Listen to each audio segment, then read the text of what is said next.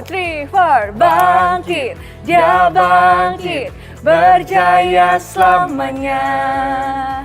Bangkit, dia bangkit, Yesus yang berkuasa dan hidup. Selamat merayakan Hari Paskah Jemaat Tuhan. Yes, sungguh sukacita karena kita tahu bahwa Yesus telah mati bagi kita dan dia bangkit pada hari yang ketiga untuk membuktikan bahwa maut telah dikalahkan dan kita hidup di dalam kemenangan. Amin. Bagi Anda yang menyaksikan ibadah hari ini, saya Steven, Saya Kezia. Evelyn, kami mengucapkan Welcome home. Selamat datang di ibadah GMS Jakarta, Jawa Barat, dan Banten.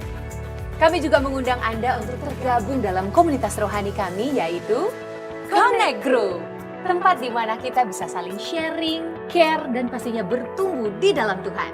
Jangan tunggu nanti, silakan scan QR Code yang tertera di layar Anda lalu mengisi data diri yang lengkap agar kami dapat segera menghubungi Anda untuk bergabung dengan CG kami. Kami tunggu kehadiran Anda di Connect Group yang ada. Sebentar lagi kita akan memulai ibadah hari ini. Mari kita sambut Tuhan dengan sukacita dan kita bersatu di dalam doa.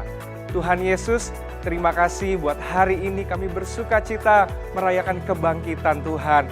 Kami percaya kuasa kebangkitan-Mu akan melawat setiap kami dan memberikan mujizat yang kami perlukan. Kami siap memulai ibadah hari ini. Di dalam nama Tuhan Yesus kami berdoa. Haleluya. Amin. Selamat beribadah. Tuhan Yesus memberkati.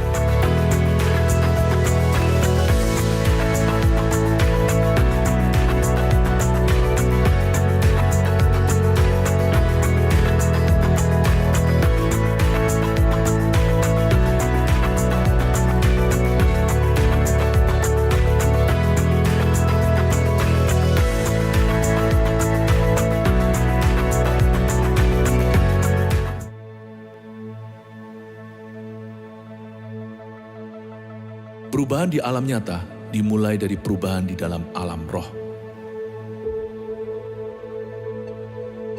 Allah kita tidak terlihat, Dia bekerja di tempat yang tersembunyi. Namun kita akan merasakan kuasanya mengubah sekeliling kita. Itulah sebabnya penting sekali terjadi yang namanya perubahan paradigma atau pembaharuan akal budi. Karena ketika firman itu sungguh-sungguh kita pegang dengan segenap hati, maka firman itu berkuasa menciptakan sesuatu.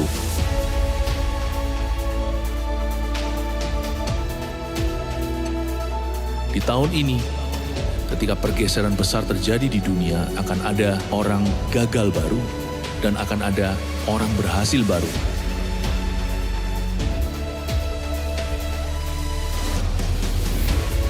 Pastikan kita berada di sisi penyertaan Allah. Inilah tahun pergeseran yang besar dan mujizat. Dengan kata lain, inilah tahun mujizat.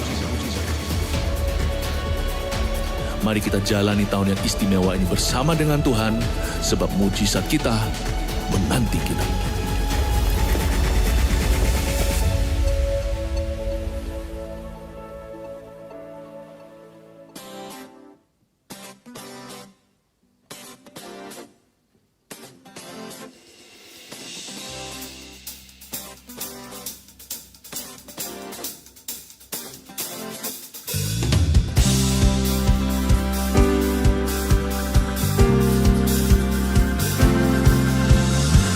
Jakarta, mari kita berdiri bersama-sama. Kita puji kita. 1, 2, 3.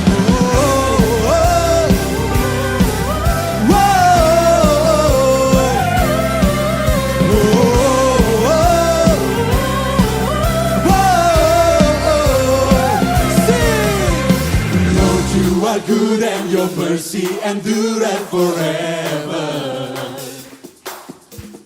Lord, you are good and your mercy endureth forever. People from every nation and tongue, from generation to generation, we worship you. Hallelujah. Mari kita lambaikan tangan kita buat Tuhan, come on. For who you are.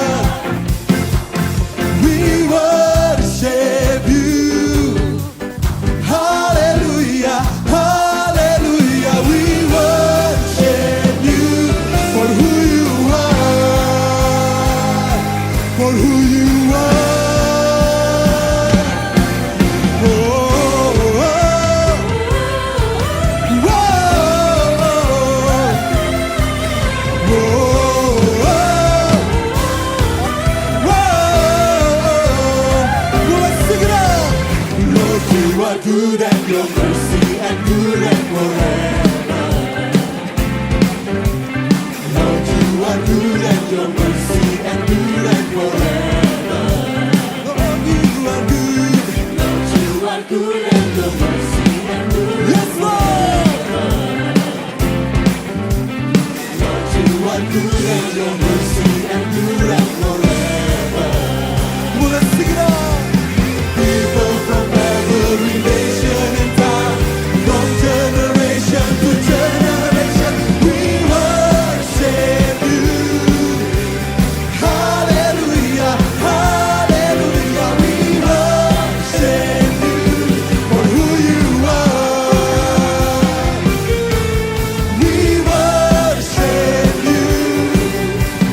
Hallelujah, hallelujah, we worship you for who you are.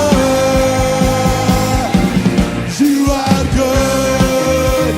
Yes, you are, yes, you are, yes, you are. So good, so good. Yes, you are, yes, you are, yes, you are. Let's sing it out. You are good all the time, all the time. You are good, you are good all the time, all the time. You are good, you are good all the time, all the time. You are good, you are good all the time. Saya kita mau katakan Yesus baik, Yesus baik selamanya, selamanya. Yesus baik, yeah. Selamanya. Yesus baik, Yesus baik selamanya, selamanya. Yesus baik, Yesus baik selamanya, selamanya. Mari angkat tanganmu, katakan menyembahmu. Haleluya, haleluya, menyembahmu selamanya. We worship you, we worship you. Haleluya, haleluya, we worship you for who you are, for who you are, for who you are. You are good. Berikan sorak-sorai terbaik buat Yesus kita. Haleluya. Kubur kosong nyatakan bahwa kau hidup Tuhan. Katakan. Bersalah Tuhan dan sangat terpuji, agunglah namanya selamanya. Yes, Lord. Kemuliaannya mengatasi langit, biarlah yang bernafas memuji Dia. Yes, Lord.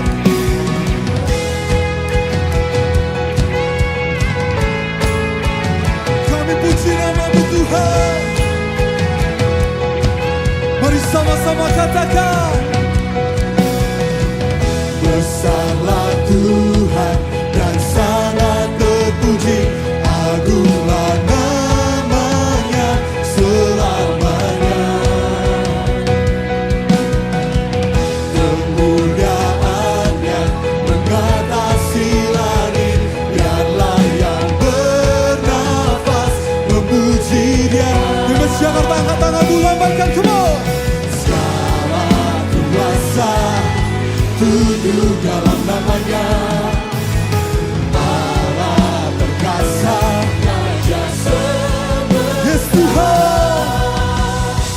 Kemuliaan hanya bagi Dia, Dia yang layak disembah. Beri pujian bagi Yesus Sang Raja. Dia berkata untuk selamanya, surga bumi menyembah yang termulia, Dia Yesus Allah. Let's go!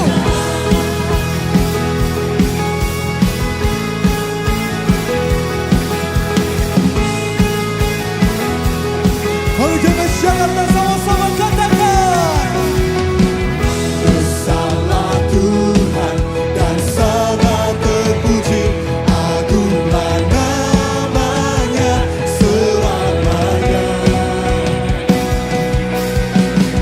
Kemuliaannya mengatasi langit, biarlah yang bernapas memuji Dia. Kedua hati kami Tuhan, katakan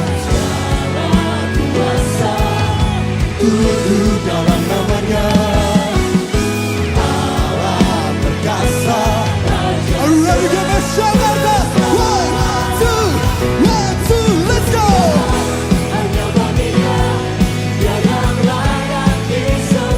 Beri pujian bagi Yesus Sang Raja.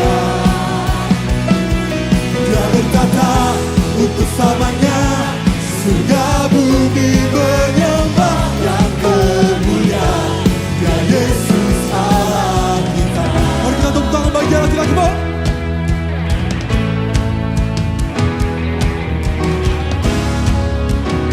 Kami nyatakan iman kami Tuhan.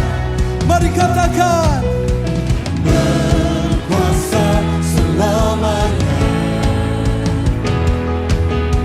Dia Yesus yang termulia, berkuasa selamanya. Yes Lord, yes Lord, Yesus yang termulia, kemuliaan hanya bagi Dia, Dia yang layak disembah. Beri pujian bagi Yesus Sang Raja. Come on! Dia berkata untuk selamanya, surga bumi menyembah yang termulia, Dia Yesus Allah kita. Kemuliaan hanya bagi Dia, Dia yang layak disembah. Pujian bagi Yesus Sang Raja.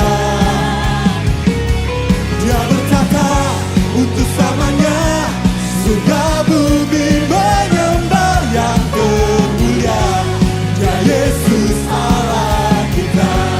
Yes Lord, yang termulia, Dia Yesus Allah kita. Haleluya.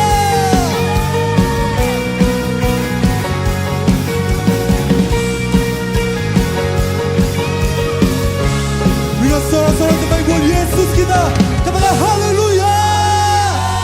Haleluya. Semua Tuhan dipersilakan duduk kembali.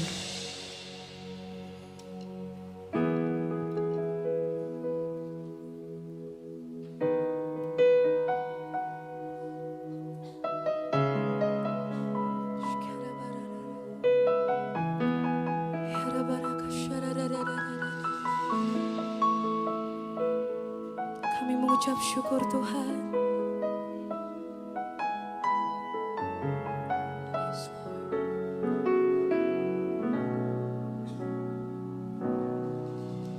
Saat ku masuk ke hadirat-Mu, bawa persembahan ke tempat kudus-Mu, pujian ku naikkan, sembah ku berikan bagi-Mu Allah yang mulia.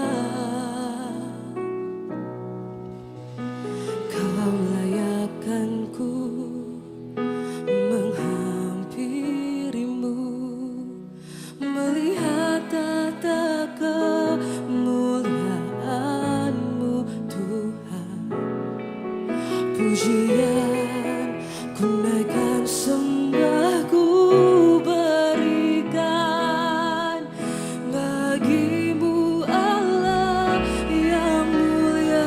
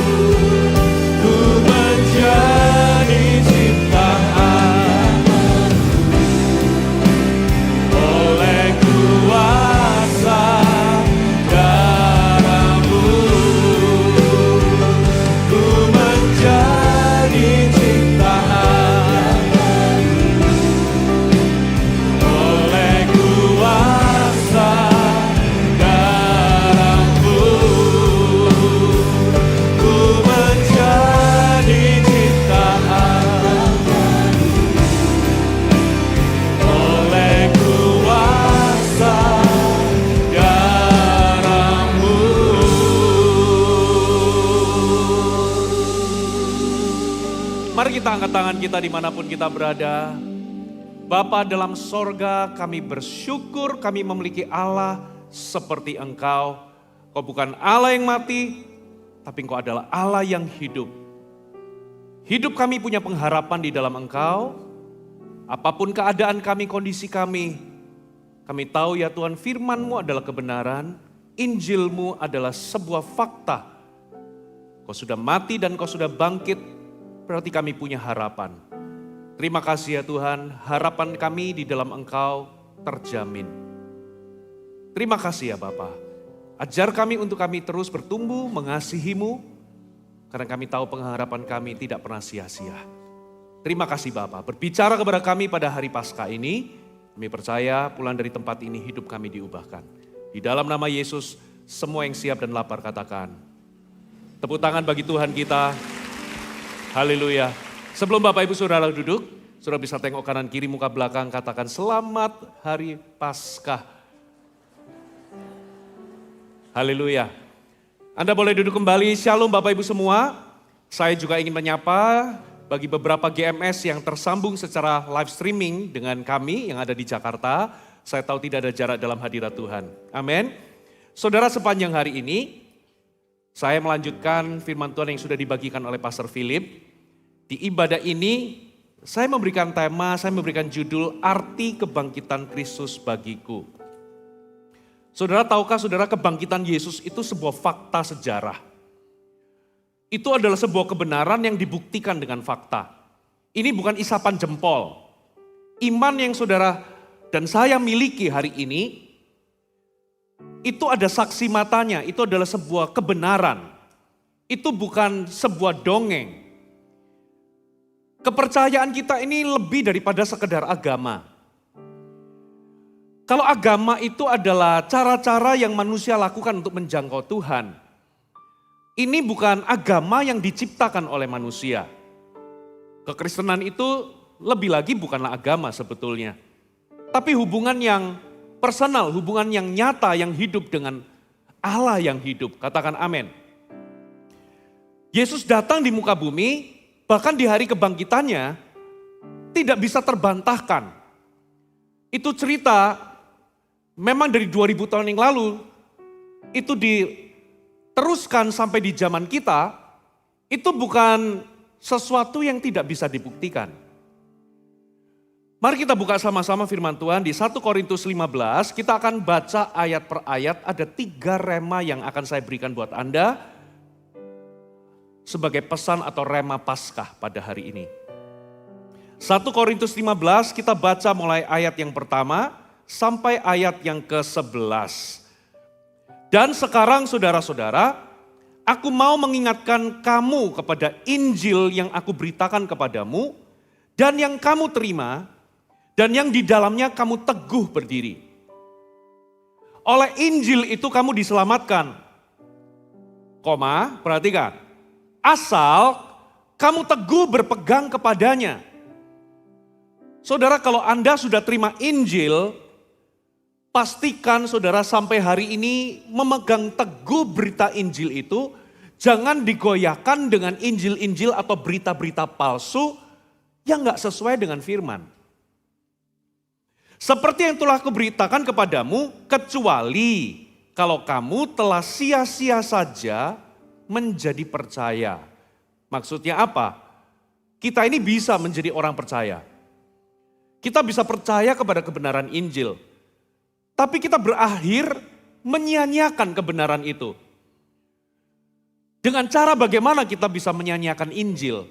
Dengan cara ketika kita tidak lagi teguh berpegang kepada Injil yang kita terima tersebut. Kalau kita nggak pegang teguh, hancurlah fondasi iman kita. Hancur leburlah. Ayat 3, sebab yang sangat penting telah kusampaikan kepadamu, yaitu apa yang telah kuterima sendiri, kata Paulus. Ialah bahwa Kristus telah mati karena dosa-dosa kita. Simple ya, inilah isi Injil. Kristus telah mati karena dosa-dosa kita, sesuai dengan kitab suci, bahwa ia telah dikuburkan, dan bahwa ia telah dibangkitkan pada hari yang ketiga sesuai dengan kitab suci. Sederhana kok. Isi dari Injil itu adalah ini. Bahwa Yesus sudah mati, bukan sekedar mati, tapi ada tujuan kenapa Yesus mati. Yesus mati untuk dosamu dan dosaku. Halo, amin. Kalau orang itu bisa karena perbuatan baiknya mencapai Tuhan dan ujungnya dia itu bisa masuk ke sorga menerima kehidupan kekal karena perbuatan baiknya, Yesus gak perlu mati. Tapi karena Tuhan itu tahu bahwa manusia itu gagal total. Katakan kanan kiri termasuk yang live streaming. Tengok kanan kiri, kamu sudah gagal. Karena manusia itu sudah gagal, karena kita ini sudah terlahir dengan sifat yang kita warisi dari nenek moyang kita, bahkan sampai ujungnya adalah Adam dan Hawa, kecenderungan manusia ini yang berbuat dosa, kita ini tidak bisa memenuhi semua hukum Taurat atau 10 perintah Allah. Kita semua gagal. Oleh sebab itu Tuhan sendiri turun mengutus pribadi kedua dari Allah Tritunggal yang setara dengan Allah Bapa dan Allah Roh Kudus. Diutus untuk menjalani kehidupan yang seharusnya Anda dan saya jalani di muka bumi.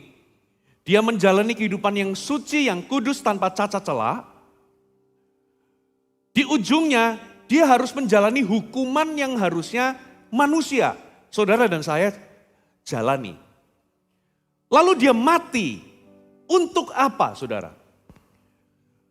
Dia mati untuk menebus dosamu dan dosaku. Katakan amin.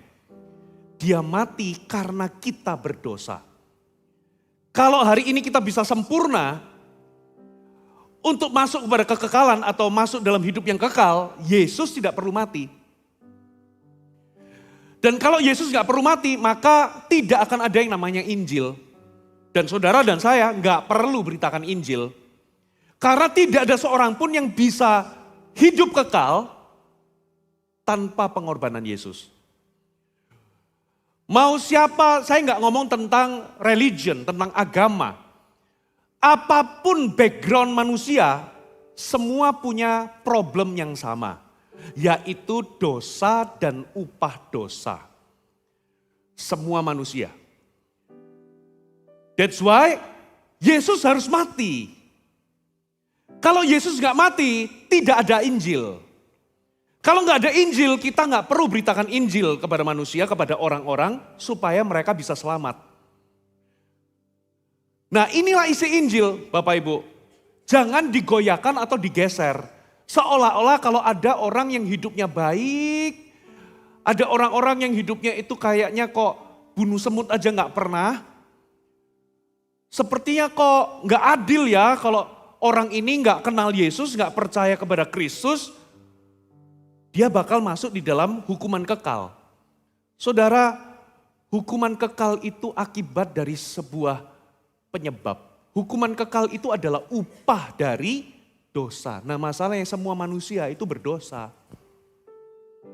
Saudara dan saya, kita semua ini berdosa. Dan upah dosa itu maut. Dan kita nggak mungkin bisa menghapuskan dosa kita sendiri dengan segala perbuatan baik, dengan segala amal kita, perbuatan baik kita, kesalehan kita sendiri itu nggak bisa. Itulah yang Paulus beritakan. Jangan sampai kita digeser dari kebenaran Injil. Saya ulang ya, kita tahu Yesus mati. Yesus nggak perlu mati kalau manusia bisa menyelamatkan dirinya sendiri. Coba saya tadi sampai di mana? Ayat yang ke-3 kita baca ulang. Sebab yang sangat penting yang telah kusampaikan kepadamu yaitu apa yang telah kuterima sendiri, ialah bahwa Kristus telah mati karena dosa-dosa kita. Sesuai dengan kitab suci, bahwa ia telah dikuburkan dan bahwa ia telah dibangkitkan pada hari yang ketiga sesuai dengan kitab suci, bahwa ia telah menampakkan diri, katakan menampakkan diri, kepada Kefas. Kefas ini siapa saudara? Petrus. Dan kemudian kepada ke-12 muridnya. Sesudah itu ia menampakkan diri kepada 500 saudara sekaligus. Kebanyakan dari mereka masih hidup sampai sekarang, maksudnya bukan sampai hari ini, sampai surat ini ditulis pada waktu itu. Tetapi beberapa di antaranya telah meninggal. Bukan hanya itu, ayat 7 dikatakan, selanjutnya ia menampakkan diri kepada Yakobus, kemudian kepada semua rasul. Ayat 8, dan yang paling akhir dari semuanya ini, ia menampakkan diri juga kepada siapa? Kepadaku. Bedanya apa? Kalau Paulus, Yesus itu menampakkan diri setelah Yesus naik ke sorga. Kalau kepada yang lain-lain, itu sebelum Yesus naik ke sorga, Yesus menampakkan diri. Bapak Ibu, iman yang kita anut di dalam Injil, percuma kalau Yesus itu tidak bangkit. Sekalipun memang benar Yesus mati bagi dosa manusia, tapi kalau Yesusnya tidak bangkit, maka imanmu dan imanku sia-sia. Bubar. Berarti kalau Yesus gak bangkit, hal yang pertama yang pasti adalah Anda bisa cap bahwa Yesus itu pembohong. Tapi kalau Yesus itu bangkit, dan bahkan kebangkitannya itu tidak bisa disangkali, ini bukan hoax. Ini bukan cerita rakyat yang gak jelas. Ini cerita yang pada zaman itu memang gak ada video, gak ada handphone yang bisa rekam. Tapi pada zaman itu segala perkara itu dianggap sah kalau ada 1 atau 2 orang saksi. Perkara itu baru sah. Itu benar. Kalau ada saksi mata itu benar. Kalau enggak, waduh ini keabsahannya atau validitasnya dipertanyakan. Benar enggak ini Yesus bangkit? Ternyata saksi matanya banyak. Saudara, kalau tadi dijelaskan dalam 1 Korintus, itu ada banyak. Tapi kalau Anda baca dalam seluruh kitab Injil, siapa yang pertama melihat Yesus bangkit? Ternyata bukan rasul-rasul. Yang pertama itu adalah Maria Magdalena. Yang atasnya perempuan ini pernah keluar 7 roh setan atau 7 setan. Lalu kedua, yang menyertai Maria Magdalena yang pergi pagi-pagi hari pada waktu hari Minggu pagi. Di situ ada Maria yang lain maksudnya. Di situ ada Yohana, ada seorang perempuan juga namanya Salome. Tadi Pastor Philip di ibadah sebelumnya, siapakah Salome itu? Salome itu adalah nama perempuan dari Salomo. Seperti kalau di sini ada laki-laki namanya Iwan, maka perempuannya namanya Iwanwati. Ada Tono, ada Tini. Ada Budi, ada Budiwati. Nah, itu menampakkan diri kepada perempuan-perempuan itu. Lalu berikutnya, Yesus menampakkan diri kepada 2 orang murid yang sedang berjalan menuju ke Emmaus yang misterius. Ini 2 orang ini siapa? Belum lagi kepada Kefas tadi disebut, Simon Petrus secara personal. Mengalami encounter. Kepada 10 murid tanpa Thomas pada waktu itu. Ada lagi 11 murid termasuk ada Thomas. Thomas itu sempat yang minta supaya dia mencucukkan jarinya ke tangannya Yesus. Belum lagi ada sejumlah murid yang ada di tepi danau Tiberias atau danau Galilea. Pada waktu itu Yesus tanya, adakah padamu lauk pauk? Ternyata Yesus tahu bahwa mereka itu gak punya lauk pauk. Yesus yang memberkati mereka. Mereka dapat tangkapan yang luar biasa, begitu sampai Yesus sudah masak di situ. Lalu sejumlah murid juga di Galilea. Belum lagi 500 orang sekaligus yang menyaksikan Yesus naik ke sorga. 500 orang sekaligus. Belum lagi waktu Yesus mengucapkan Matius 28, itu sejumlah murid yang ada di Galilea. Dan yang terakhir, pasca kenaikan Yesus, ada satu orang yang Tuhan pilih menjadi rasul, yaitu Saulus yang berubah namanya menjadi Paulus. Jadi Bapak Ibu, iman yang Anda percayai itu bukan dongeng. Itu bukan cerita rakyat yang dimanipulasi yang gak jelas keabsahannya. Penulis kitab Injil itu semua saksi mata yang hidup pada zaman itu. Dan ketika mereka menulis, tidak ada kontradiktifnya antara surat yang satu dengan surat yang lain. Berarti Yesus tidak bohong. Katakan amin. Karena Yesus itu berkali-kali dia itu mengucapkan kata-katanya. Ya, dia itu mengucapkan bahwa apa saudara? Yang pertama, kebangkitannya itu membuktikan bahwa Yesus itu berkata benar. Halo, amin. Yesus itu berkata, dalam 3 hari anak manusia itu akan, bait Allah itu akan roboh dan aku akan bangun dalam waktu 3 hari. Itu maksudnya apa? Itu bukan bait Allah sungguhan, tapi yang dimaksud adalah kematiannya. Secara eksplisit, secara langsung Yesus itu ngomong kepada murid-muridnya bahwa aku akan ditangkap, anak manusia akan disiksa, dia akan menderita, dan dia akan mati, dan pada hari ketiga dia akan bangkit. Itu Yesus sendiri yang ngomong. Halo, amin. Berkali-kali Yesus memberikan peringatan kepada murid-muridnya. Berarti dari sini, apa yang dikatakan Yesus itu benar. Halo, amin. Berarti Yesus bukanlah pembohong. Berarti kalau Yesus itu berkata benar, berarti semua perkataannya, statement-statementnya bahwa katamu aku itu guru dan Tuhan, memang benar, aku adalah guru dan aku adalah Tuhan. Berarti memang benar juga. Itu juga benar, katakan amin.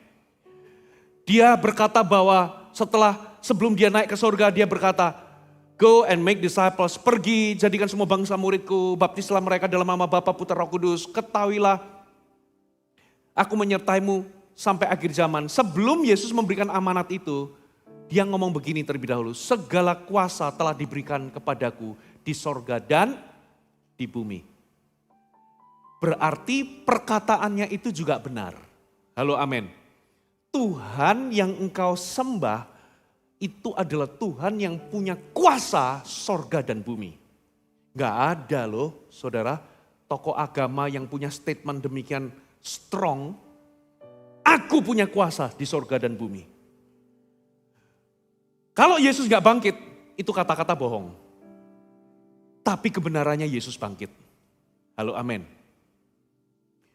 Berarti dia itu benar, berkata-kata benar tentang siapa dirinya. Dia itu benar tentang apa yang dia klaim tentang dirinya. Aku adalah jalan, aku adalah kebenaran, dan aku adalah kehidupan. Gak ada seorang pun dapat datang kepada Bapa kecuali melalui aku. Berarti kalau Yesus gak bangkit, apa yang dia klaim tentang dirinya gak benar. Tapi karena dia bangkit, dia gak pernah berkata bohong. Berarti apa yang dia klaim tentang dirinya itu benar.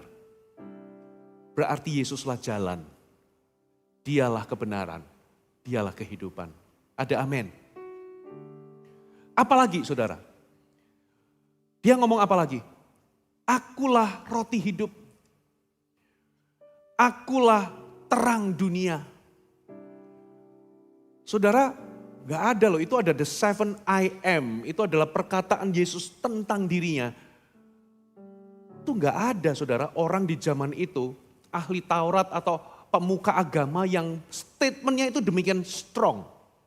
Aku jalan, aku kebenaran, akulah kehidupan. Gak ada seorang pun dapat datang kepada sorga, mengenal Bapa, kalau tidak melalui aku. Gak ada pemuka agama pada zaman itu, ahli Taurat atau nabi sekalipun berani ngomong seperti itu. Dia juga berkata benar tentang kuasa yang dia miliki. Sorga dan bumi, dia punya kuasa. Lalu apa, Pastor Puji? Aplikasinya buat kita, itu apa dari kebangkitan Yesus? Sederhana. Kalau memang Yesus itu berkata benar tentang dirinya, berkata benar tentang kuasanya, kalau Yesus itu berkata benar tentang semua janjinya, berarti yang pertama, saudara, masa lalumu bisa diampuni. Katakan amin. Berapa banyak di antaramu hari ini Anda hidup di masa lalu? Berapa banyak setiap kita ini pasti pernah merasa yang namanya atau punya perasaan buruk tentang diri sendiri. Itu namanya guilt. Itu namanya shame. Guilt and shame. Katakan sama-sama guilt and shame. Kita semua ini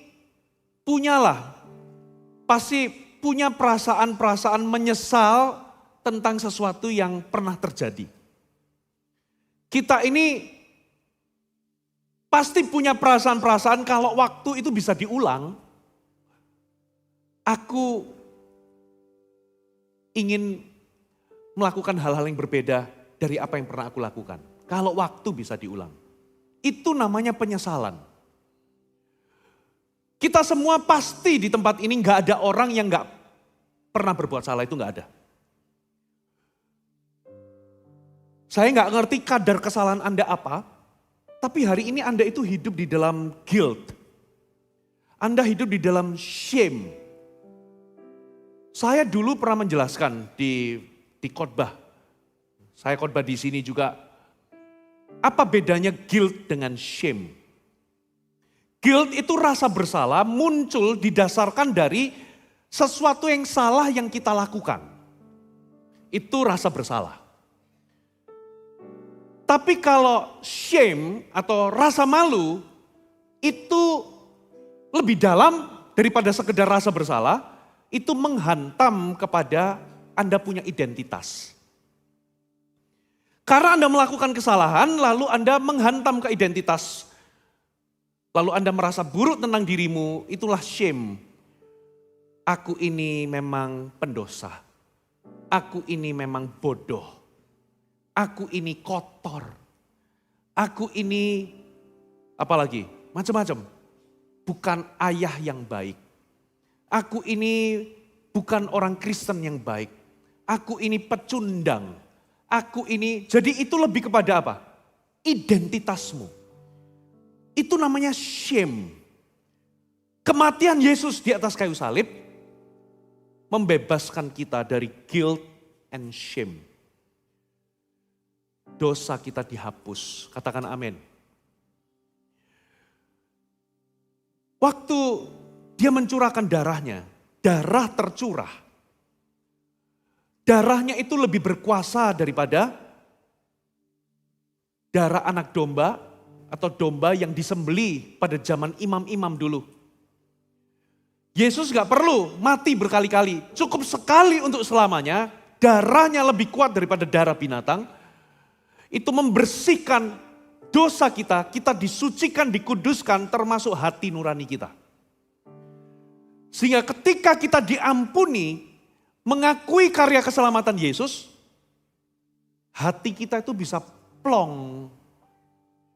Hati kita itu bisa rasa lega, kita itu disucikan seperti seolah-olah kita tidak pernah berbuat dosa. Kenyataannya kita berbuat dosa. Tapi sekalipun dosamu merah seperti kirmisi, Alkitab berkata akan dibuat putih seperti salju, seperti orang yang gak pernah berbuat dosa. Anda plong, tidak ada lagi rasa bersalah, tidak ada lagi rasa malu. Shame. Lalu kita dijadikan ciptaan baru. Amin. Kalau dulu Anda adalah penipu, Anda punya identitas baru. Anda adalah orang benar. Kalau dulu Anda adalah pendosa, penipu, apalagi pembunuh, you name it lah, macam-macam. Kita begitu lahir baru, diampuni oleh Tuhan melalui darahnya kita disucikan. Kita ini ciptaan baru. Kita bukanlah dosa kita bukanlah masa lalu kita. Halo amin. Seburuk apapun dosamu diampuni. Masa lalumu di cancel. Itu aplikasinya. Tapi kalau Yesus gak bangkit Bapak Ibu, no hope.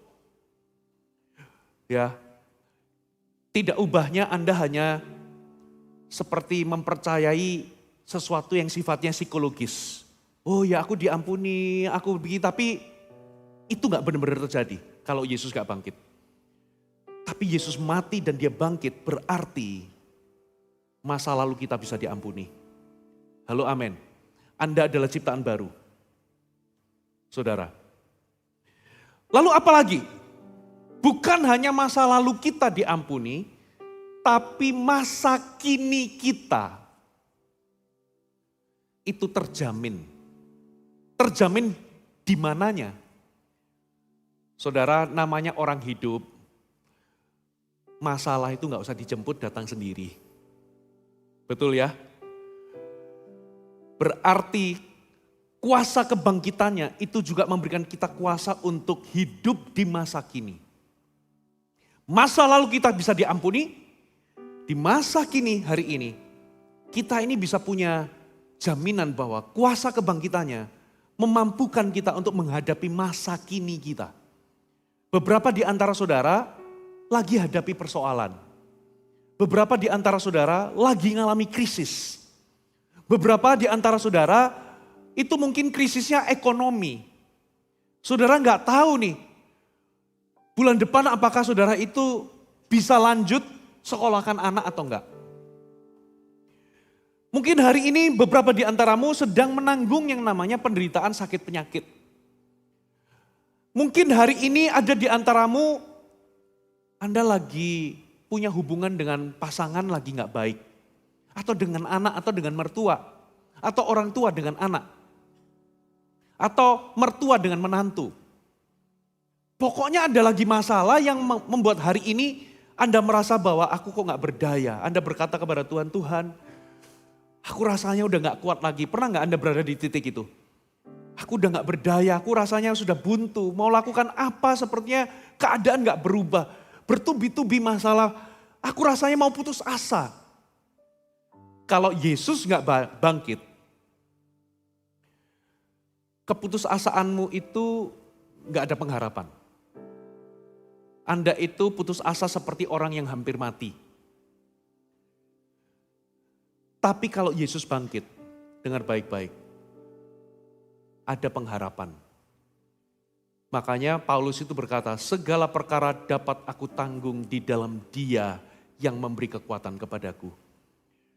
Kalau masa laluku itu bisa di-cancel, bisa diampuni, masa kiniku pun Tuhan akan sertai. Katakan amin. Aku bisa melakukan segala sesuatu. I can do all things through Christ who strengthen me. Kalau Yesus gak bangkit, gak ada kuasa itu. Anda mampu untuk hadapi apapun yang hari ini menghadang saudara. Katakan amin. Bahkan, Bapak Ibu, bukan hanya masalah. Berapa banyak di antara saudara yang hari ini Anda sedang kecanduan.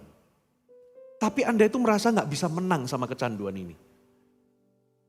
Kuasa kebangkitan itu bisa membuatmu lepas. Jangan pernah berkata bahwa aku gak mungkin bisa lepas. No, saya sendiri pernah mengalami. Sebelum saya dulu jumpa Yesus, saya itu beranggapan bahwa semua manusia gak mungkin bisa lepas sama dosa-dosa tertentu. Malu kalau saya sebut. Saya merasa bahwa semua orang muda pasti melakukannya. Bahkan saya dulu sebelum saya sungguh-sungguh bertobat, saya ketemu sama pemimpin anak muda, orang-orang Kristen, teman sebaya waktu di gereja lama. Semuanya itu melakukan hal yang sama. Di gereja kelihatannya pelayanan dan sebagainya, tapi semuanya hidup dalam dosa. Sehingga saya punya pikiran, gak mungkin orang bisa lepas. Tapi begitu saya ditangkap Tuhan, ikut cell group, bertobat sungguh-sungguh, entah gimana, saya kok bisa punya power untuk berhenti. Saya sendiri heran, kok saya bisa bertobat? Itu jadi pertanyaan besar. Kok aku bisa tobat ya? Kok aku bisa berhenti ya? Aku tahu ini bukan hanya sekedar kekuatanku yang membuat aku bisa berhenti. Dulu saya berhenti untuk omong kotor aja, sulitnya bukan main. Di masa muda, masa-masa saya SMP, SMA, sebelum saya bertobat. Apalagi kalau Anda orang Surabaya. Orang Surabaya itu punya slang tertentu. Mau nyapa orang, mau ngomong manggil orang, mau memaki orang, mau mengeluh, pakai bahasa khas. Sekarang aja keluar dari mulut aja, itu dulu saya sampai frustasi loh saudara. Saya sendiri sadar padahal belum bertobat. Kok mulut saya kok sekotor ini ya? Kok mulut saya itu dalam bahasa Jawa itu kok lecek? Lecek itu artinya gini loh, seperti barang, sulit menjelaskan ya. Apa ya artinya lecek itu? Seperti mulut itu sudah gak seret, apanya enggak, murnya itu sudah enggak. Ngomong kotor itu seperti kayak otomatis. Sehingga saya bergumul keras, saya ubah kata-katanya, saya ganti pakai nama buah-buahan. Beneran. Jadi kalau saya maki orang, jambu. Saya maki orang, jambul. Ini apa? Saya maki orang itu. Tapi waktu main basket, waktu disenggol dan sebagainya, waktu emosi mau bertengkar, keluar lagi kata-kata yang utama tadi. Jadi itu cuman kamuflase. Saya pakai kekuatan diri sendiri, nggak berhasil. Berapa banyak teman-teman saya coba berhenti rokok. Sulit. Tapi anehnya begitu dia lahir baru, dia bisa punya power untuk berhenti terhadap kecanduan tertentu, bahkan berhenti terhadap dosa. Tahukah saudara, dosa itu sifatnya memperbudak atau mengikat. Beda dengan kesalahan. Kalau Anda berbuat kesalahan, contoh nih, Anda datang di gereja, gak sadar ternyata Anda pakai sepatu yang satu warna hitam, satu putih. Lo gak sadar, pernah gak Anda keluar gak sadar? Atau Anda sudah sampai di sini, lupa ternyata yang Anda pakai sandal jepit. Padahal sudah pakai jas lengkap, jadi pelayan usher. Itu namanya Anda melakukan kesalahan. Orang yang melakukan kesalahan bisa untuk tidak mengulangi kesalahan. Pasti minggu depan Anda pasti nggak akan keliru lagi. Tapi kalau dosa itu sifatnya memperbudak. Itu ada ayatnya. Ya, orang yang berbuat dosa kata Yohanes 8 kalau nggak salah, ia adalah hamba dosa. Maksudnya hamba dosa itu memperbudak. Anda kepengen lepas tapi nggak bisa lepas. Anda akan terus jadi budak dari dosa. Nah itu nggak bisa pakai kekuatan diri sendiri. Butuh kuasa Roh Kudus, butuh kuasa kebangkitan. Halo amin. Berarti masa kini kita itu bukan hanya masalah yang kita bisa hadapi. Tapi ini adalah power untuk kita itu bisa berubah.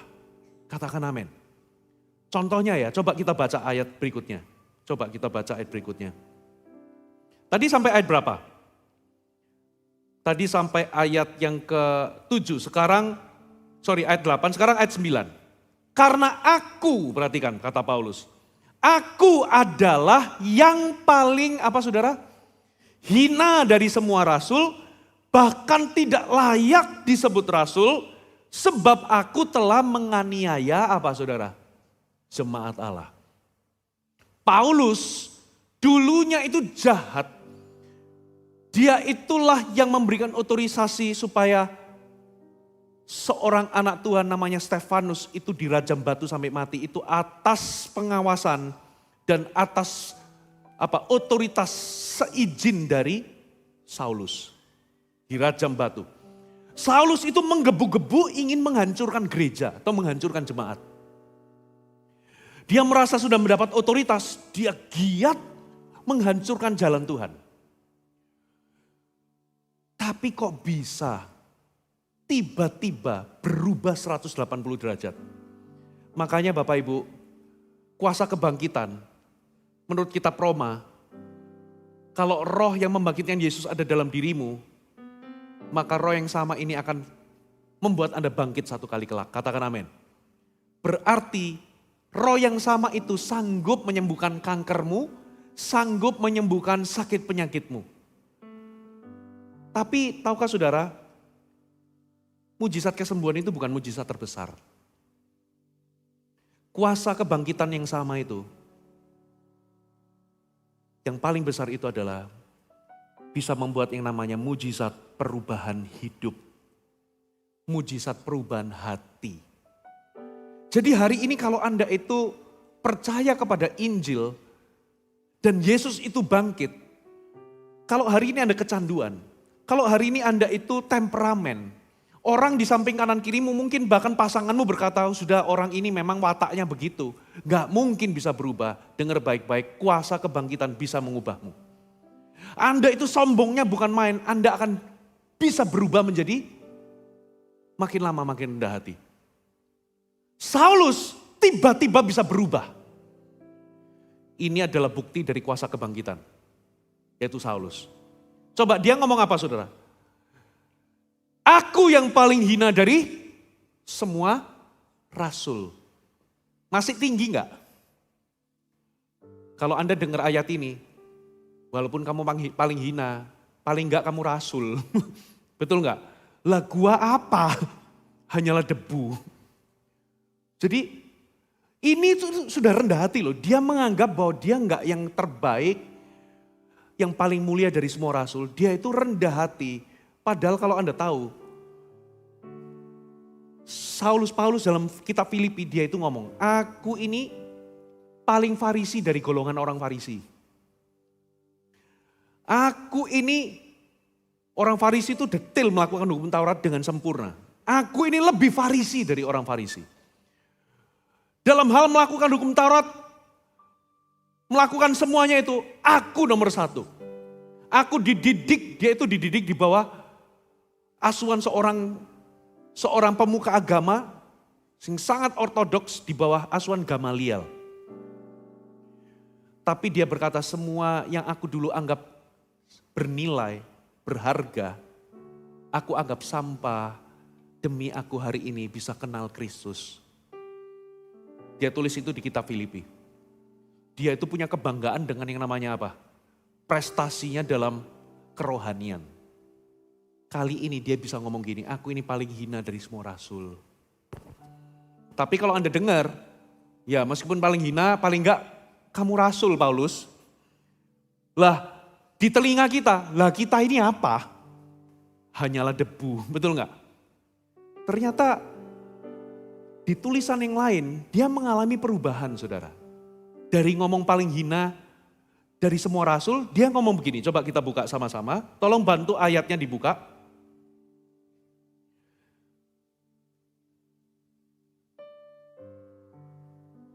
Efesus 3 ayat 8. Efesus 3 ayat 8. Sudah muncul? Kasih saya jempol kalau sudah muncul. Efesus 3 ayat 8. Oke, coba pengakuannya apa? Kepadaku. Ini setelah dia ngaku di 1 Korintus, nanti di surat lain-lain, beberapa waktu kemudian dia kata-katanya berubah. Bukan lagi paling hina dari semua rasul. Tapi dia ngomong gini, kepadaku yang paling hina dari antara segala orang kudus, orang percaya. Telah dianugerahkan kasih karunia ini untuk memberitakan kepada orang-orang bukan Yahudi kekayaan Kristus yang tidak terduga. Pertama, aku paling hina. Ini udah rendah hati loh ini. Tapi dari semua rasul. Ini masih rendah hatinya masih di atas Monas. Kalau kita dengar ini memang rendah hati sih, itu dia tulus loh, rendah hati. Tapi tetap pangkatnya rasul men. Tapi ternyata beberapa tahun kemudian namanya kuasa kebangkitan itu mengubahkan kita, katakan amin. Kita bisa berubah, mungkin hari ini Anda masih cinta uang, tapi kalau Anda percaya ikut Yesus sungguh-sungguh, Anda akan lambat laun akan berubah. Anda nggak lagi cinta uang, katakan amin. Hari ini mungkin Anda temperamen, orang berkata mana bisa dia wataknya keras, mana bisa berubah. Yohanes itu dikatakan sebagai anak geledek. Dia itu ditolak bersama Yesus, ditolak di sebuah kampung, ditolak lewat. Dia ngomong gini sama Tuhan, Tuhan apakah perlu aku kirim api ke perkampungan itu? Yesus ngomong, spirit macam apa ini dalam bahasa Inggris? Tahu nggak Rasul Yohanes itu the sons of thunder. Boanerges. Perangainya itu kasar Yohanes. Tapi dia terkenal menjadi rasul kasih. Paling lemah lembut dari antara semua orang rasul. Itulah kuasa kebangkitan. Kita bisa berubah, katakan amin. Punya goal hari ini. Tuhan aku mau taat ikut engkau. Aku mau bertumbuh di dalam engkau. Saya percaya gak ada kata titik. Tuhan belum selesai dengan dirimu. Yes, mungkin Anda masih belum sempurna, seperti saya juga belum sempurna. Tapi kalau Anda ikut Yesus, Anda akan diubahkan. Step by step. Anda hari ini mungkin masih sombong. Anda bisa berubah rendah hati. Anda mungkin hari ini masih kasar. Masih gak disiplin. Anda mungkin masih kata-katanya suka fokusnya itu omong besar ke diri sendiri. Anda gak sadar, tiap kali ngobrol sama orang yang dibicarakan dirimu, dirimu, dirimu. Lama-lama Anda akan berubah, katakan amin. Sekarang pengakuannya, aku ini paling hina dari semua orang percaya atau semua orang Kristen, semua orang kudus. Berubah gak? Berubah saudara, dia makin rendah hati. Satu ayat lagi ya. 1 Timotius 1 ayat 15 sampai 16. 1 Timotius 1 ayat 15 sampai 16. Kasih saya kode, sudah keluar ayatnya. 1 Timotius 1 ayat 15 sampai 16. Perhatikan kata-kata ini. Perkataan ini benar. Jadi ini later on dia nulis surat ditujukan kepada si Timotius. Nadanya beda. Perkataan ini benar dan patut diterima sepenuhnya. Kristus Yesus datang ke dunia untuk menyelamatkan orang berdosa. Dan di antara mereka yang namanya orang berdosa tadi, akulah yang paling berdosa. Tetapi justru karena itu aku dikasihani agar dalam diriku sebagai orang yang paling berdosa, diulang lagi. Yesus menunjukkan seluruh kesabarannya, dengan demikian aku menjadi contoh bagi mereka yang kemudian percaya kepadanya dan mendapat hidup yang kekal. Jangan pernah hakimi orang. Oh, orang ini gak mungkin bisa berubah. Anda akan kaget satu kali, tiba-tiba kerohanianmu disalib sama orang ini. Tiba-tiba dia jadi orang yang rendah hati. Jangan pernah hakimi orang. Kita bukanlah hakim. Jangan pernah berkata orang ini hidupnya kok begitu ya. Hidupnya begini, begitu, lalu kita ngomongin, saudara, Anda gak tahu kuasa Tuhan. Tuhan bisa ubahkan kita semua. Kabar baiknya, kuasa kebangkitan, kalau memang dia itu benar dan bukan pembohong. Bukan hanya masa lalu kita di cancel, masa kini kita disertai dengan kuasa dan mujizat terbesar. Itu bukan persoalan kita tiba-tiba dikasih jalan keluar. Tapi mujizat terbesar adalah perubahan hidup. Ada amin. Paulus dari berkata, aku paling hina dari semua rasul. Kalau didengar di tengah kita orang biasa, ya rendah hati luar biasa tapi masih rasul. Tiba-tiba aku yang paling hina dari semua orang Kristen, orang kudus. Bertahun-tahun kemudian Bapak Ibu, pengakuannya berubah. Yesus mati buat orang berdosa dan dari semua orang berdosa, aku yang paling hina. Aku paling berdosa. Guess what? Itulah kuasa kebangkitan. Itulah message dari Paskah. Hidupmu bisa berubah. Jangan Anda putus asa dengan dirimu sendiri. Pernah nggak Anda mencoba ingin berubah tapi nggak berubah-berubah? Pernah nggak? Yang Tuhan mau itu cuma satu. Ikut aja dia. Amin. Ikut dia itu berarti Anda harus sepakat dengan dia.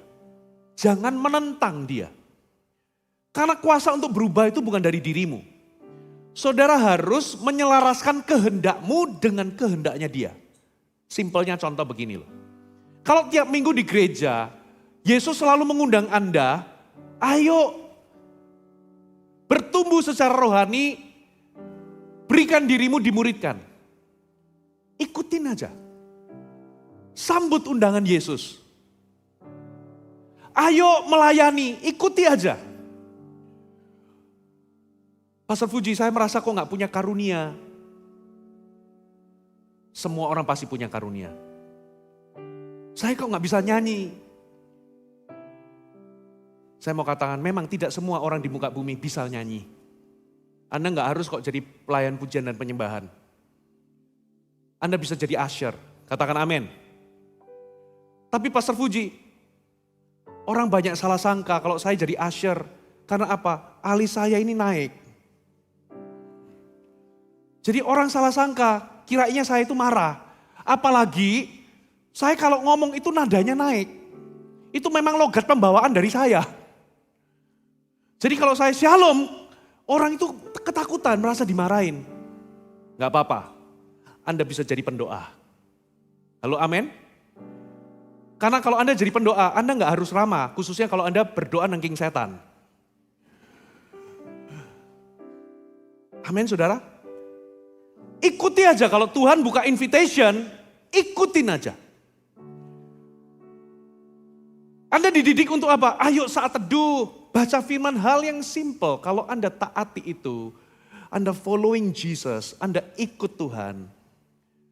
Gak sadar, tiba-tiba ketika Anda berjalan, Anda sendiri gak sadar, orang yang memberikan validasi, berubah ya orang ini. Orang ini dulu gini loh, tapi kok bisa berubah ya? Sempurna? Belum. Tapi orang bisa mengecap, berubah orang ini. Itulah kuasa kebangkitan. Katakan amin. Lalu apa lagi Bapak Ibu? Bukan hanya masa lalu kita diampuni. Bebas dari guilt, bebas dari shame. Tapi kita juga punya power, punya kuasa untuk mengatasi masalah kita di masa kini kita. Termasuk punya kuasa untuk berubah. Kalau dirimu berubah, pernikahanmu berubah, rumah tanggamu berubah. Yang ketiga, masa depan kita terjamin. Halo, amin. Berapa banyak kita itu seringkali mengkhawatirkan sesuatu yang di masa depan yang belum tentu itu terjadi. Makanya dalam Matius, Yesus itu berkhotbah tentang hal kekhawatiran. Apa kata Yesus tentang kekhawatiran? Kekhawatiran itu tidak produktif, tidak berguna, dan tidak ada hasilnya. Yesus ngomong dengan gamblang, adakah engkau gara-gara kamu khawatir menambah sehasta di dalam jalan hidupmu? Gak ada. Berarti kekhawatiran itu useless. Kekhawatiran itu sama sekali tidak berguna. Nah, salah satu hal yang kita khawatirkan adalah masa depan. Bapak Ibu, kita khawatir tentang apa sih? Apakah nanti anak kita yang punya anak, khawatir anakku apakah bisa sekolah? Anakku apakah punya jodoh yang bagus? Apakah aku dapat mantu yang baik? Apakah anakku ini bisa nanti hidupnya benar? Semua isu kita khawatirkan sesuatu di masa depan yang belum tentu itu terjadi. Tapi kita khawatir. Padahal Alkitab ngomong, khawatir itu useless, gak berguna. Lebih berguna Anda berdoa dan mengucap syukur. Karena dengan berdoa dan mengucap syukur, Anda mengucapkan iman saudara, bukan ketakutan saudara. Kekhawatiran itu bisa keluar loh dalam bentuk apa?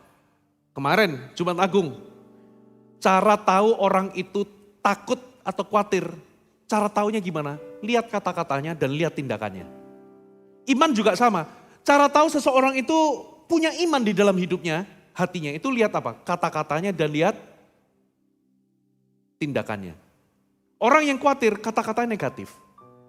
Tapi orang yang hatinya dipenuhi iman, dia tahu firman berkata, janganlah hendaknya kamu khawatir akan apapun juga, tapi nyatakanlah itu dalam segala hal, dalam doa dan dalam permohonan disertai ucapan syukur. Maka damai sejahtera akan menguasaimu.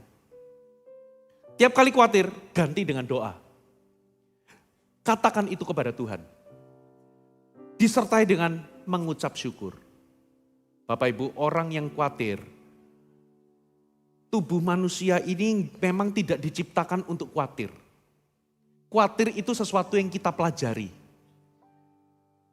Dan tubuh kita itu nggak kuat menanggung yang namanya khawatir. Makanya orang kalau sudah khawatir, dia akan stres dan itu akan mempengaruhi seluruh mekanisme kesehatan tubuhnya. Asam lambungnya naik, betul nggak? Ada yang sampai rematik artritis. Karena yang keluar itu hormonnya itu hormon-hormon kortisol dan sebagainya. Hormonnya jadi nggak seimbang. Sehingga di otaknya cairan kimiawi di otak lebih banyak kortisol dan adrenalin. Deg-degan terus karena khawatir terus. Sementara hormon-hormon yang membuat kita rileks, tenang, itu hormon dopamin, hormon apa lagi?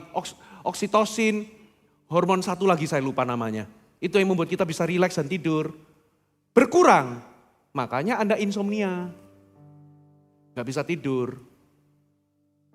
Gara-gara apa? Khawatir. Khawatir masa depan. Ternyata Bapak Ibu, bukan hanya masa lalu kita di cancel. Bukan hanya masa kini kita disertai. Karena kebangkitan Yesus, masa depan kita terjamin. Katakan amin. Kalau Anda ikut Yesus, kita punya masa depan itu cerah. Rencanaku bukan rencana kecelakaan. Ini yang ada padaku mengenai kamu. Aku punya rancangan mengenai kamu, itu bukan rancangan kecelakaan. Tapi rancangan penuh damai sejahtera. Untuk memberikanmu hari esok. Katakan hari esok. Sesuatu yang ada di depan.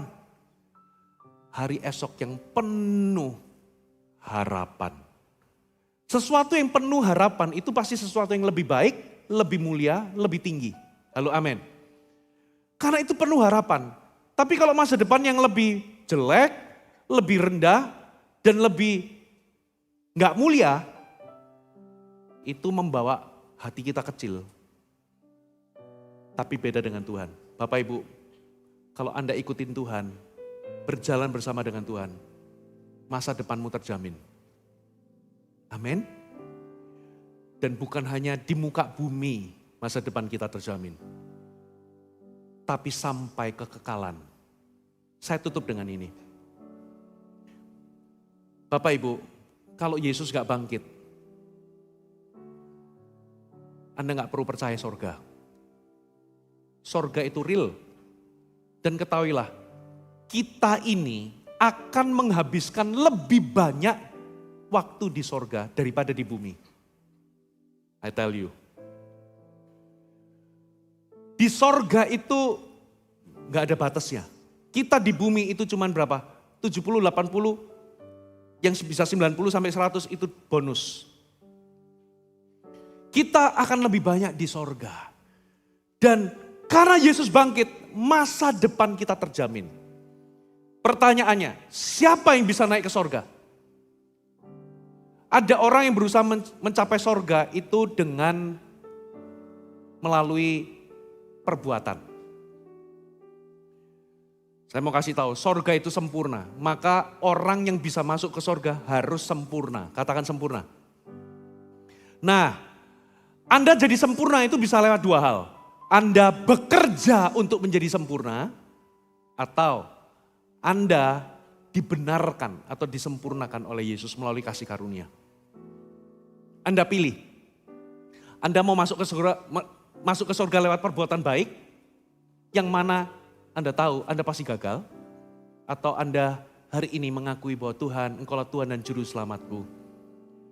Hari ini aku bisa disucikan, dikuduskan bukan karena perbuatan baik, tapi karena karyamu. Amin. Ada orang itu masuk surga itu pakai sistem comparison. Anda ketika misalnya di news, waduh ada orang membunuh, ada orang memperkosa, lalu Anda merasa lebih baik. Waduh, aku compare diriku dengan ini. Wah, aku bunuh semut aja gak pernah kok. Lalu Anda merasa tenang. Saya mau kasih tahu, kesalehan kita, orang yang paling saleh sekalipun, kain kotor di mata Tuhan. Kain lap. Jangan masuk pakai kebenaran sendiri. Tapi masuklah pakai kebenaran Kristus. Amin. Anda mau pakai cara apa? Ada yang pakai cara nepotisme. Karena nenek moyangku itu hamba Tuhan, misionaris. Pasti aku masuk surga. No, Nehi. Hanya gara-gara Anda anak pendeta. Masuk ke surga tiketnya itu gak bisa borongan. Itu adalah personal. Pertobatan itu personal. Terima Yesus juga personal. Katakan amin. Hanya gara-gara nenek moyang kita Kristen semuanya melayani Tuhan. Tidak jaminan Anda gak bisa ikut itu, nunut itu gak bisa. Anda harus memutuskan secara pribadi. Kenal Tuhan, kenal Injil. Dan ikut Yesus secara personal. Amin saudara. Tapi apapun itu kalau hari ini Anda membuka hati. Menerima Kristus sebagai Tuhan dan Juru Selamat. Masa depanmu terjamin. Bukan hanya di dunia ini saja, tapi di dunia yang akan datang, kita akan bersama-sama dengan Tuhan Yesus di sorga. Dan di sorga itu gak ada air mata, gak ada COVID, gak ada kanker, gak ada perang, gak ada krisis ekonomi. Gak ada kekhawatiran di situ. Yang ada adalah kita hidup dalam sukacita abadi. Kita memang samar-samar coba renungkan apa itu sukacita abadi. Apa itu? Kita cuma bisa percaya sebelum kita melihat. Saya belum pernah dibawa ke surga anyway. Dibawa penglihatan juga belum.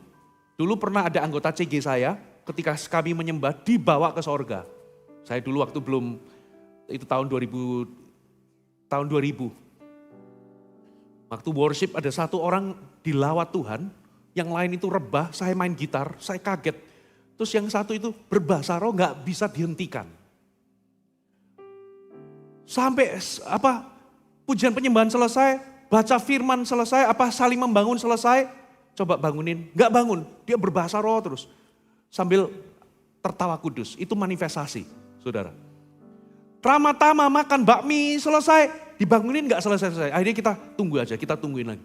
Sampai agak larut baru, ayo ini kayaknya harus selesai. Kita doakan dalam nama Yesus, akhirnya dia sadar, lalu dia cerita, aku dibawa Tuhan Yesus ke sorga. Lalu dia cerita, dia dibawa begini. Saya, Tuhan, aku sebagai CGL kok gak pernah dibawa ke sana. Itu pengalaman rohani. Dan dia bukan pembohong, dia itu betul-betul menyaksikan. Itu pengalaman supranatural, itu kedaulatan Tuhan.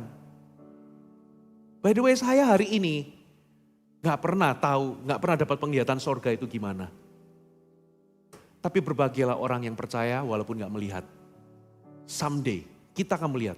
Yang pasti di sorga itu sama seperti kita hidup di dunia ini.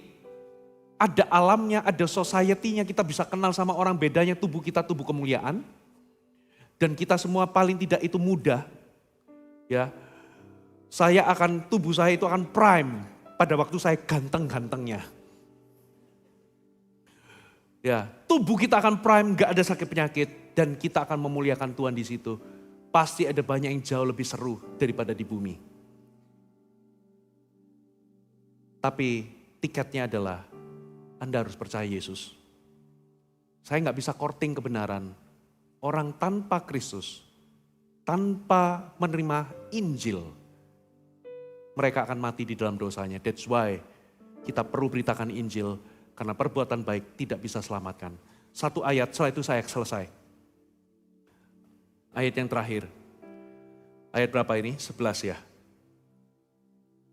Sebentar. Oke, ayat yang ke-10. Tetapi karena kasih karunia Allah, aku adalah sebagaimana aku ada sekarang. Dan perhatikan, ini kata-kata yang perlu Anda highlight. Kasih karunia yang dianugerahkannya kepadaku tidak sia-sia.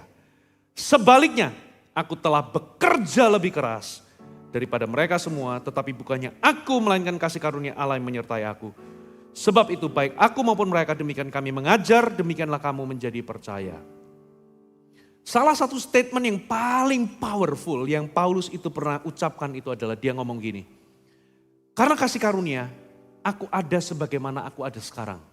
Aku dikasihi, aku diselamatkan, aku ini menjadi orang yang menerima rahmat, aku diampuni, aku diterima sebagai anak, aku gak lagi hidup di dalam kutuk dosa. Aku sebagaimana aku ada sekarang. Dan statement berikutnya itu luar biasa. Dan kasih karunia yang dianugerahkan Allah kepadaku tidak sia-sia. Maksudnya apa? Paulus dari semua berkat, rahmat, pengampunan, anugerah yang melimpah yang dia terima, itu tidak menjadi sia-sia. Tapi dia pakai semua anugerah yang Tuhan berikan dalam hidupnya itu untuk berbuah bagi kerajaannya. Makanya dia ngomong, aku bekerja lebih keras daripada mereka semua. Karena kasih karunia. Bukan karena aku tapi kasih karunia. Jadi dia gunakan semua berkat, semua anugerah, semua kekayaan yang Tuhan, kekayaan rohani maksudnya. Semua talenta, kemampuan, giftingnya termasuk pengurapan Allah. Yang dia katakan aku sebagaimana aku ada sekarang. Dipakainya untuk membangun kerajaan dan menghasilkan buah bagi kerajaan. Katakan amin. Inilah kehidupan kekristenan. Kalau Anda percaya Yesus bangkit, kalau Anda hidup di dalam kekristenan, bukan kekristenan yang omong kosong, hidupmu akan berubah 180 derajat. Hidupmu gak akan cuma sekedar percaya lalu sekedar jadi orang Kristen yang dicintai Tuhan. No, tapi Anda akan mencintai Tuhan dengan segenap hatimu. Mencintai itu pilihan. Katakan amin. Diselamatkan itu anugerah. Tapi untuk Anda berbuah bagi kerajaan Allah, saudara, itu adalah sebuah keputusan yang sadar aku mau Tuhan kasih karuniamu tidak sia-sia. Berhenti jatuh bangun dalam dosa. Bangun kerohanianmu. Dan berkata satu doa yang paling berbahaya. Lord, use me. Pakailah aku. Aku mau berbuah bagi kerajaan. Mulai hari ini, pulang dari Paskah ini, tetapkan sebuah komitmen. Aku mau bertumbuh, setelah itu aku mau berbuah bagi kerajaan. Berdoalah, Tuhan, apa yang aku bisa lakukan dari kasih karunia berkat. Hari ini kalau Anda diberkati Tuhan, Anda jadi CEO yang berhasil, Anda jadi profesional yang diberkati, itu bukan untuk diri Anda sendiri. Pasti ada tujuan kenapa saudara diberkati. Tidak lain tidak bukan. Pasti ada nilai kekal yang sebetulnya saudara bisa kerjakan. Temukan itu, libatkan dirimu. Hidup itu singkat. Amin. Jangan cuman FOMO itu sama barang. Fear of missing out. Tapi kalau Anda mau FOMO itu adalah sama kegerakan Allah. Ada amin? Aku takut aku ini gak terlibat dalam kegerakan. Pakai aku ya Tuhan, aku mau terlibat. Nanti kalau misalnya di awal tahun, saudara, kita diberikan kesempatan untuk nabur. Anda FOMO, Tuhan, aku mau ikut terlibat untuk aku ini bisa nabur bagi penginjilan, bagi Injil bisa diberitakan. Anda FOMO-nya itu. Bukan FOMO-nya nanti, waduh ini ada keluaran terbaru ini gadget. Ngantri sampai panjang takut gak kebagian. Tengok kanan kiri, you need to have spiritual FOMO. Amin. Mari bangkit berdiri. Kita berikan tepuk tangan bagi Tuhan kita. Kita naikkan pujian yang tadi, yang dinyanyikan lagu terakhir tadi. Darahmu dosaku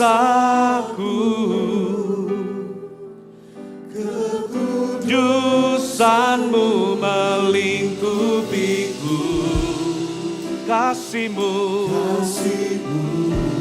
Oh,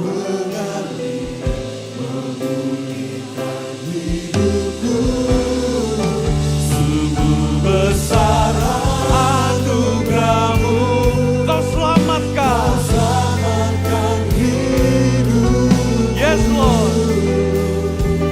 Ku menjadi ciptaan oleh kuasa darah-Mu. Oh, yes Lord.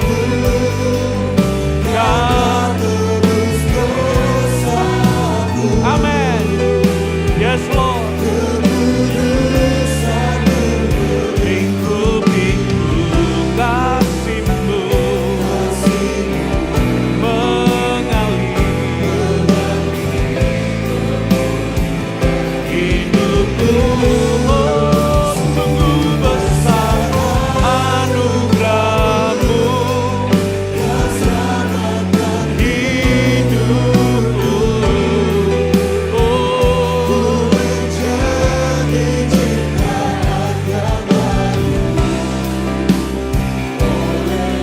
kuasa darah-Mu.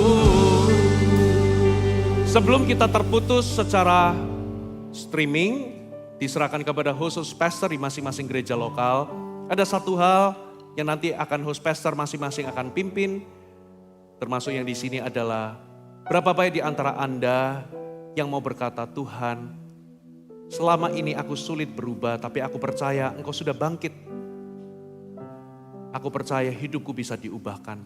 Aku mau datang kepadamu dan menyerahkan hidupku kepada Tuhan.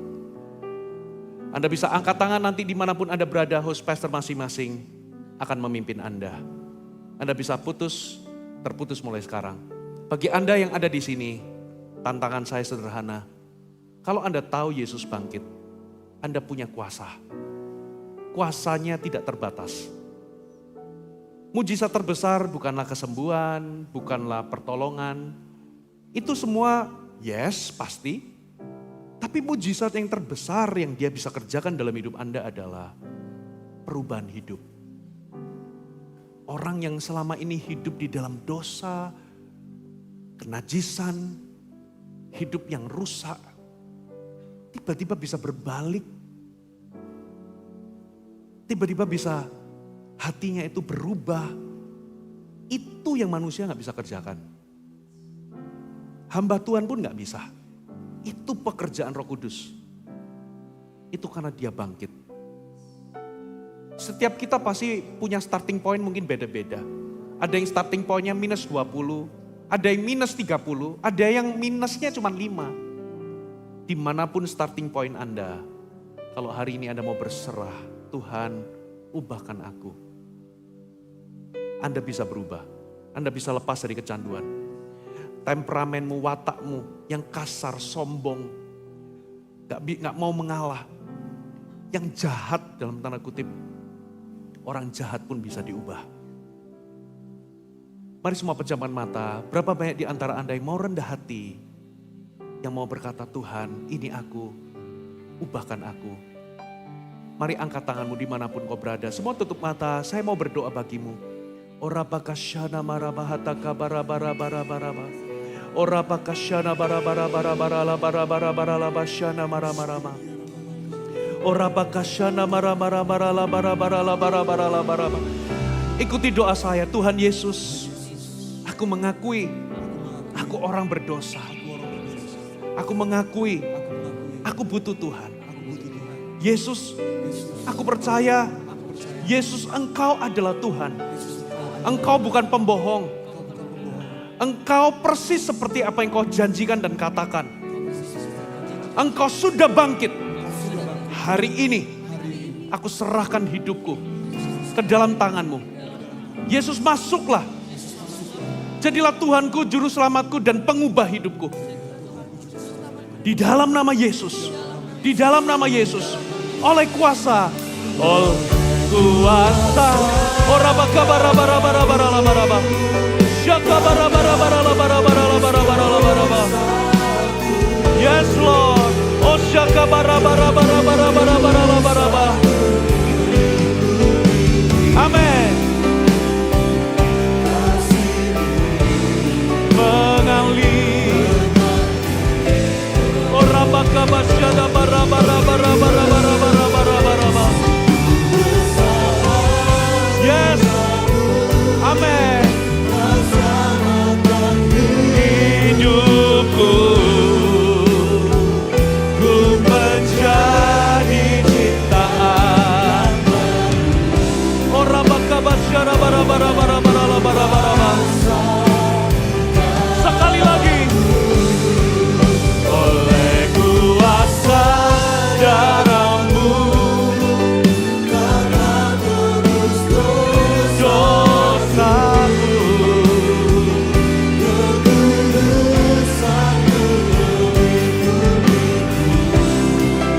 Kasih-Mu mengalir hidupku, sungguh besar anugerah-Mu, Kau selamatkan ku menjadi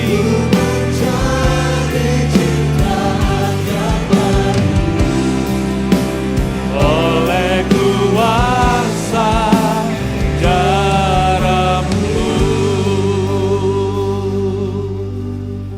Terima kasih Bapa, meteraikan firman-Mu. Di dalam nama Tuhan Yesus kami berdoa. Semua yang percaya katakan amin. Haleluya. Anda boleh tetap berdiri, berikan tepuk tangan bagi Tuhan. Sebelum saya akan tutup, izinkan saya memberikan sambutan bagi Bapak Ibu Saudara yang di momen Paskah ini Anda baru pertama kali hadir di GMS. Bolehkah Saudara kalau nggak keberatan Anda melambaikan tangan seperti ini dimanapun Anda berada, termasuk di ruang overflow. Ada lambaikan tangan sama-sama, kita berikan tepuk tangan buat mereka. Saudara, bolehkah Saudara tetap angkat tangan seperti ini sampai usher kami bisa memberikan Anda sebuah form yang kami sediakan buat Saudara. Ya, form tersebut adalah undangan kami untuk Anda bisa menjadi bagian dari keluarga rohani kami. Karena GMS percaya bahwa gereja bukan gedungnya, gereja adalah kumpulan dari murid-murid, dan gereja adalah sebuah keluarga. Di tempat ini ada yang namanya Connect Group, itu adalah sebuah kelompok kecil untuk Anda bisa bertumbuh bersama-sama. Kalau nggak keberatan setelah Anda terima, semua sudah terima? Kalau belum terima bisa lambaikan tangan. Kalau Anda sudah terima, isilah form tersebut. Atau kalau mau lebih gampang, Anda bisa scan QR Code yang ada di layar ini. Saudara bisa isi nama, alamat, nomor handphone yang jelas. Dalam waktu beberapa hari ini kami akan menghubungi Anda, memfollow up Anda. Tolong jangan di-reject, ya. Tolong jangan tidak direspon. Supaya kami bisa memfollow up Anda, menyediakan sebuah kelompok kecil yang terdekat dari rumah Anda. Dan mari kita bertumbuh bersama-sama. Oke, semua sudah terima? Seluruh jemaat ambil posisi Anda, dalam hitungan ketiga kita berikan salam terhangat. 1, 2, 3. Welcome home, sukacita bisa melihat Anda di rumah Tuhan. Saudara, nanti yang ada di hall A, sebelum dari kebaktian ini Anda bisa langsung keluar terlebih dahulu. Bagi Bapak Ibu yang ada di overflow, Anda diperkenankan keluar setelah hall A ini selesai turun supaya menghindari tabrakan. Kalau anak-anak saudara ada di Eagle Kids beribadah, saudara bisa menjemput anak-anak saudara di lantai bawah. Jadi turun dari eskalator, di situ petugas kami sudah ada standby bersama dengan anak saudara. Anda bisa jemput di situ. Dan yang ketiga, kami membuka pelayanan baptisan air. Saudara, ini spesial di hari kebangkitan Yesus, Anda bersatu dengan kebangkitannya. Berikan dirimu dibaptis, lokasinya juga di lantai bawah. Anda bisa cari petugas kami di situ, daftarkan diri Anda, kami akan melayani Anda. Kalau nggak bawa baju, nggak apa-apa, kita semua sediakan, yang pasti Anda datang kering, Anda pulang kering. Ya, mungkin plus damai sejahtera. Amin. Oke, mari kita berdoa untuk persembahan, mari kita angkat tangan sama-sama. Bapa, kami ucapkan syukur untuk pemeliharaan-Mu yang sempurna dalam hidup kami. Terima kasih untuk semua berkat-Mu, untuk firman-Mu, untuk janji-Mu. Dan sebentar kami ingin mengucap syukur melalui persembahan kami. Berkati persembahan kami, berkati tangan-tangan yang memberi, Kau pelihara mereka. Ya Tuhan, Kau cukupi semua kebutuhan mereka. Di dalam nama Yesus, mari semua angkat tangan sama-sama. Terimalah berkat kuasa kebangkitan. Diberinya Engkau kuasa untuk menanggung segala persoalanmu. Bahkan Tuhan akan memberikanmu kuasa untuk Anda bisa alami terobosan, jawaban, dan jalan keluar. Dan terimalah juga kuasa untuk menyembuhkanmu bagi Anda yang sakit. Kuasa untuk Anda bisa mengalami perubahan hidup dan menggenapi semua rencana Allah. Terimalah berkat Allah Bapa, Putra, dan Roh Kudus. Mulai dari sekarang sampai Maranatha, di dalam nama Yesus, semua yang percaya katakan, amin. Selamat Hari Paskah, Tuhan memberkati. Halo jemaat Tuhan, kami percaya Anda pasti terberkati dengan ibadah hari ini. Bagi Anda yang mau menerima Yesus sebagai Tuhan dan Juru Selamat, mari ikuti kata-kata saya di dalam doa. Tuhan Yesus, hari ini saya menerima Engkau sebagai Tuhan dan Juru Selamat secara pribadi. Saya percaya hari ini saya menerima keselamatan dan nama saya tercatat di dalam kitab kehidupan. Di dalam nama Yesus saya berdoa, amin. Selamat atas hidup baru Anda di dalam Kristus. Untuk langkah ketaatan selanjutnya, Anda dapat memberikan diri untuk dibaptis. Untuk pelayanan baptisan, permohonan doa, dan juga pendaftaran CG, Anda dapat scan QR Code di layar ini. Dan bagi Anda jemaat yang ingin memberikan persembahan secara digital, Anda bisa melakukannya via transfer atau scan QR yang ada di bawah ini. Jangan lupa like, comment, share, dan subscribe YouTube GMS Jakarta, Jawa Barat, dan Banten supaya Anda dapat terus terkoneksi dengan kami. Sekali lagi kami mengucapkan Selamat Paskah dan Tuhan Yesus memberkati.